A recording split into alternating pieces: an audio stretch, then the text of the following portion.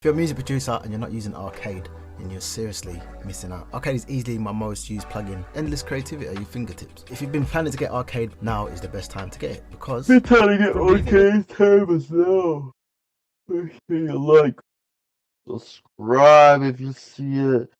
I got now some stream banners going on. If you guys can help me out, run my Streamlabs better, let me know. With a magazine and making the co-founder quit his job to destroying Machine Gun Kelly in his diss track to the point where he switched genres, Eminem has been in a lot of intense beefs. A lot of the time, artists or the people he beefs with can recover, but other times, not so much. So today we're going to be looking into different artists whose careers Eminem killed, starting off with Machine Gun Kelly. Real quick, I do want to clarify, a lot of people did kind of transition into different careers after their beefs with Eminem. For example, MGK is widely believed to have stopped rapping after his beef with Eminem for that reason. So while Eminem may have killed his rap career, he seems to be doing pretty well in pop punk, and that's kind of how it is with a lot of the people in this video. But for that reason, we are first going to be looking into Eminem's feud with Machine Gun Kelly, which seems to be the most obvious example of this.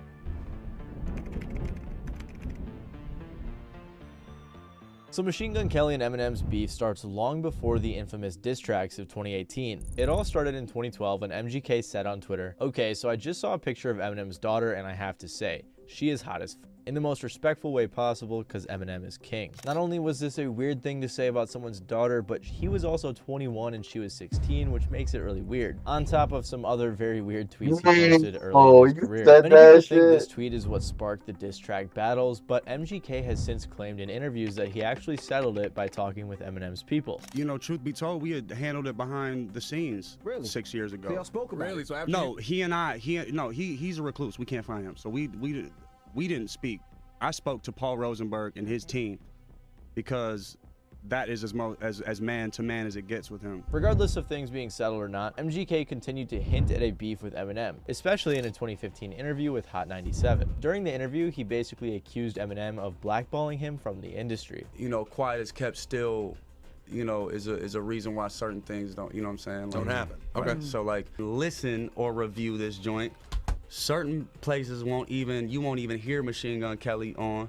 Oh. Certain things won't even happen and because of that. And look, man. MGK thought that since Eminem was with Interscope and had so much power there, he was trying to influence the label's decisions with his career. Although he wouldn't say No, you at MGK, bro, I'm sorry, bro. You don't even got the vocals like that. Like, maybe for that punk shit, that emo shit, but bro, like, they're not, no.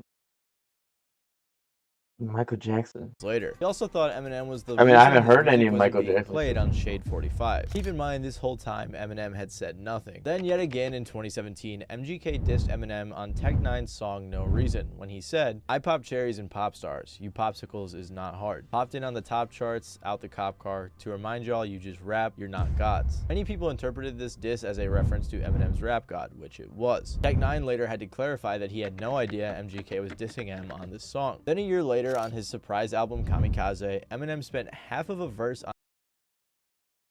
Kamikaze. on the song Not Alike, dissing MGK. He mentioned how MGK had to team up with Tech Nine just to diss him, made fun of MGK for sneak dissing, and mentioned how MGK talked about his daughter Haley. This song garnered a ton of attention, along with the entire album, as Eminem was going crazy dissing tons of people. But this beef got super popular because MGK responded with an entire diss track towards Eminem called Rap Devil. He talked about Haley, Em trying to shelve him, and many more things. Just over a week after Kelly released Rap Devil, Eminem responded with his own diss track called Kill Shot. He addressed a lot of what Kelly said, along with a ton of other disses, which really won over the public. It's pretty obvious when you look at the like to dislike ratio as to who the public thought really won. They both followed up these diss tracks doing interviews, and one of the main talking points was whether or not Eminem tried to have MGK shelved. This is what Eminem said. Actually, a lot more petty than that. Okay. The reason that I dissed him is because first he said when he said I'm the greatest rapper alive since my favorite rapper banned me from Shade 45 or whatever he said, right? Like I'm trying to hinder his career. So I don't give a f about your career.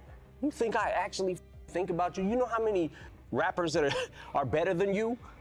You're not even in the conversation. I don't care if you blow or if you don't blow. So Eminem basically revealed he was upset Kelly was throwing subliminals for a year, talking about his daughter, and making what he said are false accusations about him trying to shelve Kelly's career. Shortly after this, MGK did an interview with The Breakfast Club and said that Eminem was lying. What Eminem said wasn't true was that he didn't make a call in regards to the daughter situation, and you know, that was false. Jimmy Iovine and Puff conference called me at 9 in the morning with multiple other people. And that was a conversation that happened at 3 in the morning the previous night with Harv Pierre, James Cruz, Paul Rosenberg, James McMillan. So M lied. He did talk to Puff. Because he said he never talked to Puff. So we don't really know who's telling the truth here, but the public did side with Eminem. Again, you can just look at the like to dislike ratio on MGK's Breakfast Club interview. MGK said he had another diss track ready, but since he thought Ems was weak, he didn't release it. He even called it a leg shot on Twitter. However, following this beef with Eminem, MGK's career took a turn for the worse. As many of us know, MGK started making rock music shortly after his beef with Eminem, and many people believe that Eminem is the reason that MGK switched genres. Following the Eminem beef, Kelly released the EP Binge, which did okay. But MGK himself claims the beef really hurt his career. He was working on an album called Hotel Diablo, with a couple of tracks that would hint at the direction he would eventually take genre-wise. And when he released it in 2019, it didn't do as well as he had hoped. It had weaker first week sales than any of his other albums, and although it did alright in terms of streams, MGK said himself, as a hip-hop album, Diablo is flawless front to back, and also a hint at the evolution of how I went into a pop-punk album.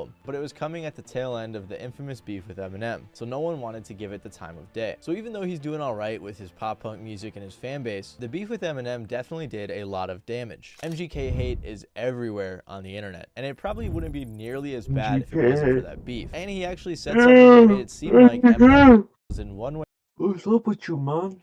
We don't like or another responsible for him switching genres. He said, the next album came from already feeling like I'd been counted out, so I didn't even care what the public was gonna think. Interestingly enough, in Killshot, Eminem said, Kelly, they'll be putting your name next to Ja next to Benzino. Die like the last motherfucker that said Haley in vain. Which brings us to our next artist whose career Eminem killed. So as you've seen so far in this video and will continue to see, a lot of people have a bad habit of dissing Eminem, and it's important to replace bad habits with good habits, which is why this video is brought to you by Fume. That was an amazing transition, wasn't it? Fume is an innovative, award-winning device that does just that. Rather than using electronics or vapor, Fume is a completely natural device that uses flavored air. Instead of harmful chemicals, Fume uses all natural, delicious flavors. When I first heard of Fume, I was kind of skeptical and thought it may have been a marketing gimmick, but after using the product myself, I think it's pretty cool. It's literally check just me out on flavored air. YouTube. It has Click multiple on my interchangeable profile cores down for flavor. below right They're made up here. entirely Click on of the essential YouTube oils. up They there. come in all sorts of different flavors View like my maple reaction. pepper, sparkling grapefruit, raspberry lemon, white cranberry, and orange vanilla. Your Fume also comes with adjustable airflow dials and has movable parts and magnets, which is perfect for fidgeting, which can be helpful for de-stressing while you're breaking your bad habits. Fume has served over 150,000 customers and has thousands of success stories, and there's no reason that can't be you. So join Fume in breaking up bad habits by picking up the Journey Pack today.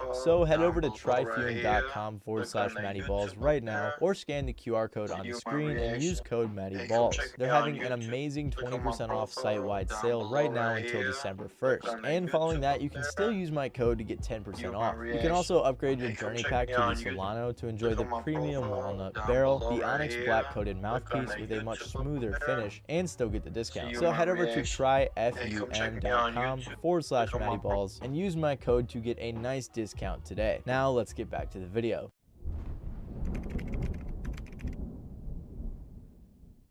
So back in the day when magazines were a big thing, The Source magazine was one of the biggest magazines in hip-hop. The Source magazine did album reviews, and they would rate albums out of 5 mics. And when Eminem's album, The Marshall Mathers LP, came out in 2000, which was arguably his best album and my personal favorite from him, The Source gave it a rating of 2 mics. Ironically enough, M dissed The Source the year prior for giving a group he was friends with, The Outsiders, a 2 out of 5 mics as well. But after The Source gave the Marshall Mathers LP a 2 out of 5 mics, fans got so upset that The Source actually changed the rating to 4. And this is when most people believe the beef started. When I was a kid, growing up in the early 90s on hip-hop, The Source, as we used to know it, was the Bible of hip-hop. Like, their word was gold. If somebody had 4 mics, you was going to copy. If somebody got 5 mics, you was going to copy. Somebody got 3.5, yeah, you know, you didn't know. But their word was gold, and they was usually right. I know that you have yet to receive a 5 mic review. in the source. Is that something that was... I have yet to receive even a 4.5. Everybody gets a 4. Everybody, like, that's the standard now. That's the standard. If you get a 4.5, that must mean that Benzino wants you on his album. It's clear that Ready to bring your brand into the real world? Shopify is ready for that too. With a retail point of sale solution that lets you sell in stores, or markets, or pop-up events, wherever your customers find you. You'll be there to make the sale. Your idea, your business, your... Eminem used to respect the source and wanted to get a good score, especially when he said on the song Say What You Say, 5 mics... I'm sorry, I got tired of this fucking bullshit real quick. I'm gonna watch something else, man. Holy shit.